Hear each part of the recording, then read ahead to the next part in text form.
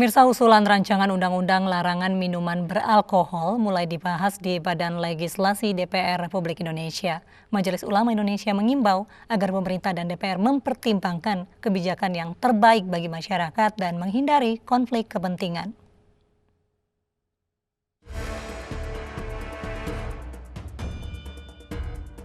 Pembahasan rancangan undang-undang terkait larangan minuman beralkohol terus tertunda sejak 2015.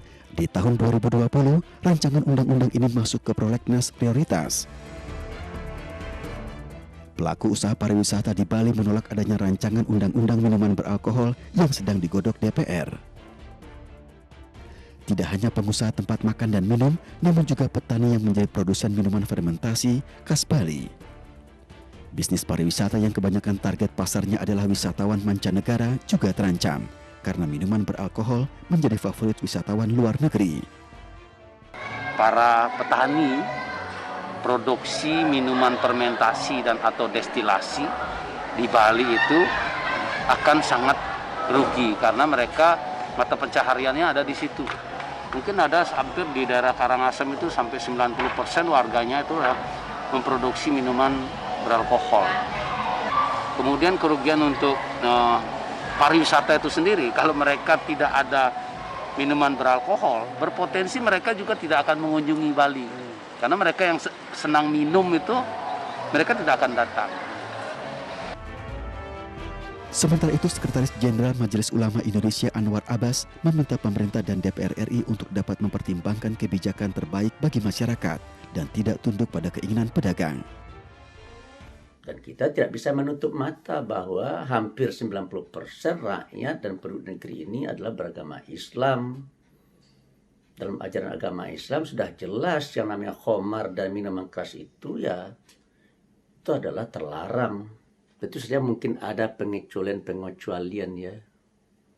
Dan Majelis Ulama Indonesia meminta supaya pengecualian itu betul-betul dilakukan dengan seketat-ketatnya gitu.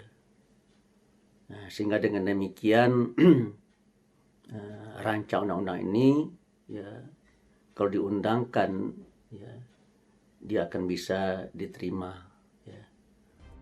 Anggota Badan Legislasi Fraksi Partai Keadilan Sejahtera menyebutkan jika devisa negara dari cukai minuman beralkohol hanya 5% setiap tahunnya atau hanya 7 triliun rupiah. Nominal ini dipandang tidak berbanding lurus dengan angka kriminalitas yang disebabkan oleh minuman beralkohol yang mencapai 58%.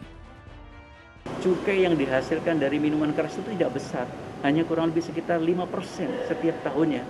Dan 5% itu kurang lebih sekitar 5-6 triliun.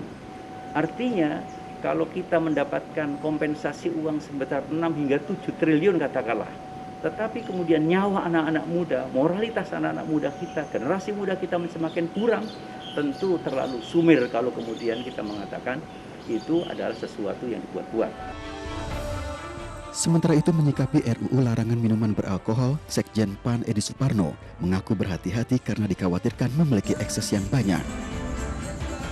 Kita juga melihat bahwa kita hati-hati sekali dalam menyikapi undang-undang tersebut ya. Jangan sampai undang-undang itu nanti hadir ya, ternyata eksesnya juga banyak. Ternyata banyak minuman oplosan. Orang justru menyelundupkan ya, memalsukan terus kemudian diam-diam berjualan miras. Itu juga perlu kita antisipasi ya.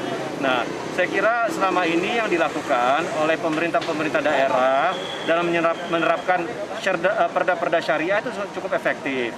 Misalnya di Kota Cirebon ada perda syariah, tidak boleh ada minuman beralkohol di Kota Cirebon. Itu sudah efektif. Di kota-kota lain juga seperti itu. Ya, jadi saya kira hal itu juga sudah efektif ya.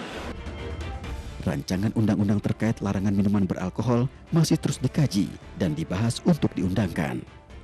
Tim Liputan iNews melaporkan.